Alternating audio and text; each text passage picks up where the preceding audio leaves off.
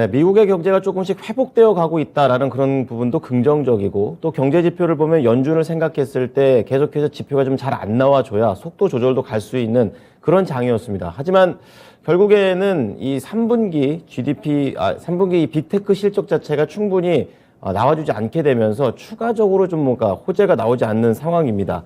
어떤 식으로 우리 시장에 접근을 해봐야 될지 오늘도 연결고리로 가보겠습니다.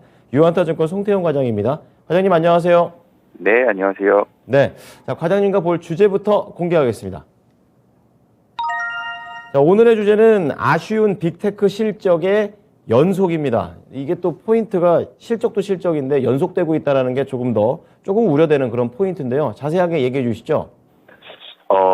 일단 지금 시장을 보게 되면은, 사실 계속적으로 달러에 대한 부분이 완화가 되고 있고, 금리 같은 경우에도 상당히 완화가 되고 있는데, 이런 부분이 여기서 실적만 좋게 나오게 되면 조금 더 지수가 많이 탄력적으로 움직이게 될 텐데, 그런 부분이 조금은 이 빅테크들의 실적 쇼크로 인해서 매번 장 마감한 이후에 빅테크 한 종목씩 큰 폭의 낙폭을 기록을 하고 있어서 찬물을 끼얹는 것이 아닌가라고 생각이 되고 있고요.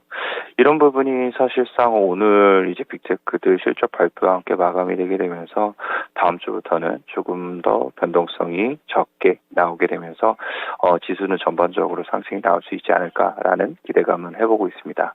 어쨌거나 이런 내용을 조금 더 말씀을 드리게 되면은 먼저 일단 GDP 속보치부터 말씀을 드려야 될 것 같아요. 미국의 GDP 속보치를 말씀을 드리게 되면은 2.6% 상승이 나왔습니다. 사실 이 두 개 분기 연속적으로 마이너스를 기록을 했었기 때문에 세 개 분기 만에 플러스 전환됐다는 점은 상당히 고무적인 부분이다라고 보시면 될 것 같고요.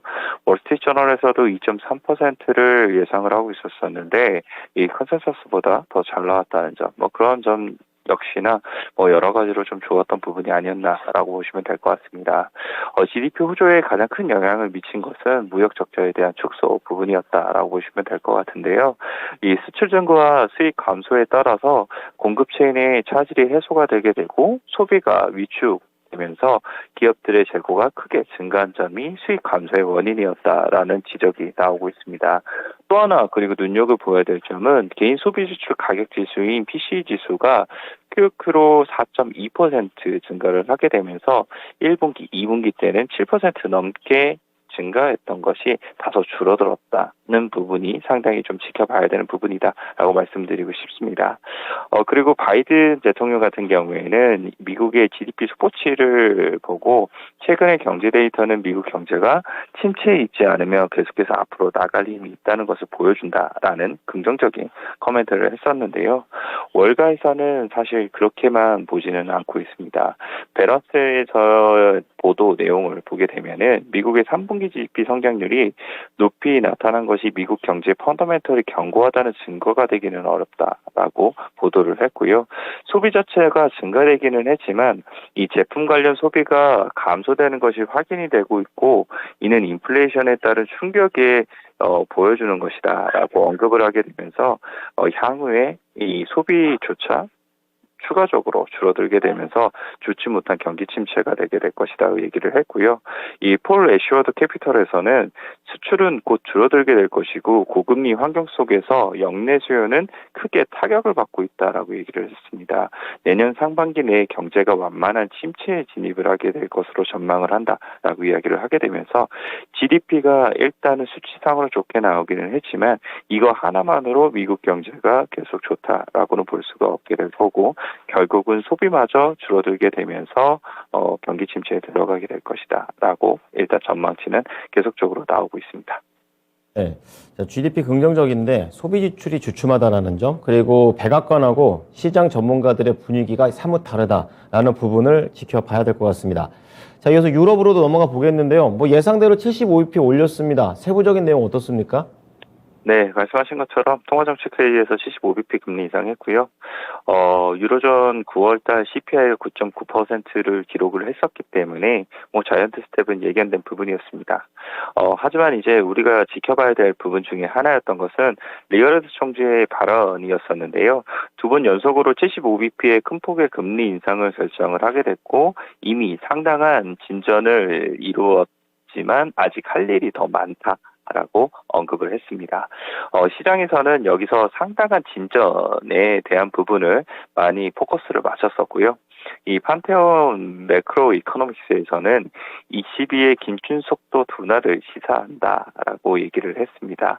12월 달에 22가 50pp의 금리 인상을 하고 23년도 1분기에 25pp 인상을 할 것에 대한 전망과 일치를 한다라고 얘기를 했고요. 이런 부분이 계속적으로 캐나다에서도 50pp 금리 인상, 그리고 유럽에서도 12월 달에 금리 인상에 대한 부분의 속도가 낮춰지게 될 것, 그리고 아까 GDP 속보치에서 PC 가격 물가지수가 조정이 좀 됐다는 점, 이런 부분이 결국은 미국 10년 국채금리를 하락하게 만들었던 부분이었다라고 보시면 될 것 같고요. 미국의 10년 국채금리 같은 경우에는 3.946을 기록을 하게 됐고요. 미국의 2년 국채금리 같은 경우에도 4.3을 기록을 하게 되면서 금리가 계속적으로 이제 올라갔던 부분에서 반대로 요즘은 하락으로 좀 많이 전환이 되고 있다고 보시면 될 것 같고요. CME 패드워치의 인상 확률을 보게 된다 하더라도 이러한 분위기는 잘 나타나고 있습니다. 11월에 75bp 인상 확률이 사실상 100%였었는데 이런 부분이 88.5%로 조정이 나왔고요. 그리고 50bp 확률이 다시 나타났습니다. 11.5%를 이제 기록을 하고 있습니다. 그리고 12월 달에 인상 확률을 보게 되면은 50bp 인상 확률이 조금 더 이제 주류를 차지를 하고 있는데 61.4%를 이제 차지를 하고 있고요.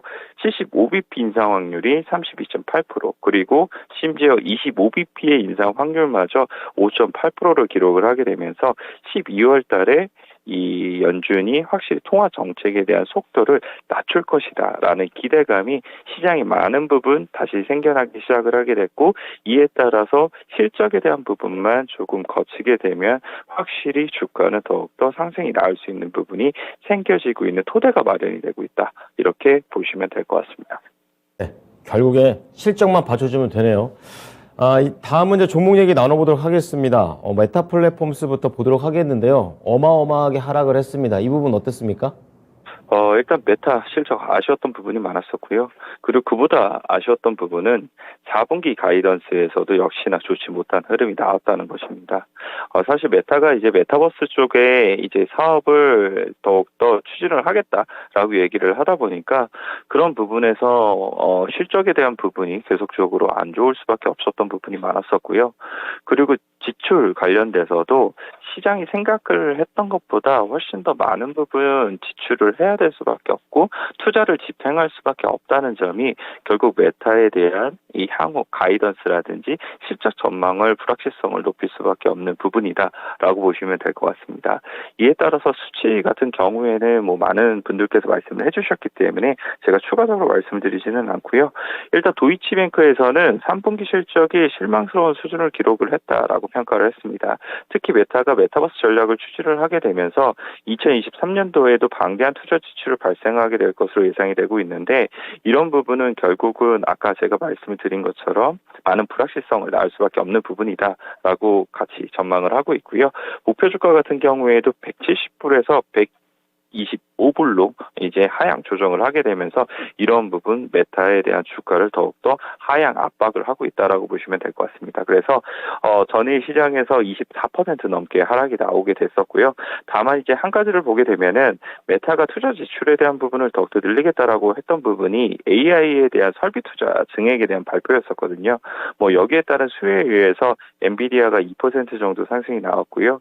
아리스타 네트워크 같은 경우에도 9.3% 정도의 상승이 나오게 되면서 반대로 수혜를 받는 쪽도 일부 있었다라고 보시면 될 것 같습니다. 네.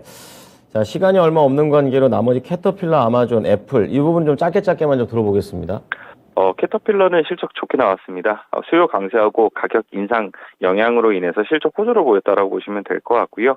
아마존 같은 경우에는 결국은 이제 시간 외에서 큰 폭의 하락이 나오다가 지금은 하락폭을 많이 줄이고 있는데 이 실적 컨센서스를 모두 다 하회를 하게 되면서 좋지 못한 흐름이었다라고 보시면 될 것 같습니다. 그리고 4분기 가이던스 역시나 시장이 예상을 했던 것보다 훨씬 더 좋지 않게 제시를 하게 되면서 큰 폭의 시간의 하락을 만들어냈다라고 보시면 될 것 같고요. 애플 같은 경우에는 일단은 컨센서스를 상향하는 실적이 나오기는 했습니다만 아이폰 매출이 이 컨센서스 대비 하락이 나오게 되고 그 외에도 아이패드 서비스 부분에서 컨센서스를 하회를 했습니다. 다만 이제 맥북 매출이 컨센서스 대비 큰 폭으로 좋게 나오게 되면서 전체적인 합 자체는 좀 좋게 나왔다라고 보시면 될 것 같은데요. 애플이 그나마 선방을 했던 실적이었다라고 보시면 될 것 같고 다만 이제 이 가지수에서도 조금씩 흔들리는 모습을 보이고 있어서 애플의 향후 주가가 어떻게 될 것인지 좀 지켜봐야 된다라고 말씀을 드릴 수 있을 것 같습니다. 네, 오늘의 종목은 다 실적으로 등락에 엇갈렸습니다. 그래서 오늘은 좋았던 실적을 보여줬던 캐터필러랑 연결이 되는 것 같습니다. 오늘의 종목 공개합니다. 두산밥켓입니다. 산업재 쪽에서 또 기계 장비를 만드는 그런 회사인데요. 매력 포인트하고 가격 전략까지 간략하게 부탁드릴게요. 네, 일단은 실적입니다. 두산마켓도 오늘 실적 발표를 하게 되는데 실적이 어닝 서프라이즈 기록을 할 것 같습니다. 매출액이 2조 나올 것으로 예상이 되고 있고요. 영업이익 같은 경우에는 2,500억 가량이 나올 것으로 예상이 되고 있는데 전년도 대비 30% 그리고 영업이익 같은 경우는 90% 증가하는 수치이다라고 보시면 될 것 같아요. 이 컨센서스가 지금 영업이익 기준으로 1,900억 정도가 되고 있는데 그보다도 훨씬 더 잘 나올 것으로 전망이 되고 있는 만큼 실적 어닝 서프라이즈의 나옴에 따라서 슈팅이 나올 수도 있다라고 말씀을 드리고 싶고요. 미주와 유럽 등에서 계속적으로 주요 시장에서 견조한 제품 수요하고 가격 인상, 환율 효과가 계속적으로 되고 있기 때문에 이러한 부분이 실적이 3분기에 그치는 것이 아니라 4분기 때도 그대로 나올 가능성은 있어 보입니다. 다만 이제 경기 침체 그리고 주택 가격에 대한 부분이 계속적으로 전방에서 흔들리는 부분이 있어서 추세적인 흐름이 나오기는 조금은 어려운 부분이 있다라고 보시면 될 것 같고요. 이에 따라서 실적에 대한 이제 이 오버슈팅이 한번 나올 때 차익 실현으로서 뭐 조금 매도를 해야 되지 않나 이렇게 생각을 하고 있습니다. 그래서 오늘 지금 목표가로 생각을 하고 있는 거는 한 36,000원 정도 예상을 하고 있고요. 한번 이러한 변동성이 생기게 되면서 도달을 하게 되면은 거기서는 수익 실현을 하고 나오자 이렇게 말씀을 드리도록 하겠습니다. 네, 두산밥켓 잘 참고해 보겠습니다. 한 주 동안 고생하셨어요. 네, 감사합니다. 네, 유안타증권 송태현 과장이었습니다. 캐터필러의 이런 호실적을 두산밥켓으로 연결해서 오늘 한 36,000원 정도의 목표가를 잡아주셨습니다. 참고해 보시기 바랍니다. 지금까지 투자 판단에 도움이 될 수 있는 정보를 제공해 드렸습니다. 하지만 특정 종목의 상승과 하락을 보장하지는 않으니까요. 이 부분 참고해 주시기 바랍니다. 오늘도 성공 투자하십시오. 고맙습니다.